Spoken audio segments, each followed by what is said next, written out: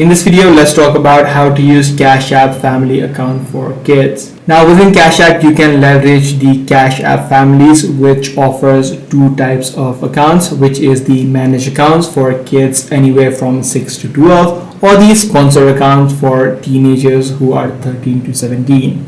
Now, in order to use this feature, depending upon your case or your child's age, you can simply head over to the Cash App application, your profile on the top right, and there you'll be able to see the option called Family being displayed, where you need to select a parent or a guardian, and then you need to enter in your child's legal name, date of birth, and then you'll get a section of creating the unique cash tag for your child. Secondly, if your child is 13 to 17, you could use the sponsored accounts, which you'd be able to view again from the family tab within your profile. You simply need to enter in your teen's phone number or the email address to send them an invitation link, and you just need to use the child's account from a different device to simply accept the invitation. So this is the exact way on how you do it. If this video was helpful to you, be sure to subscribe. I'm going to see you in the next one.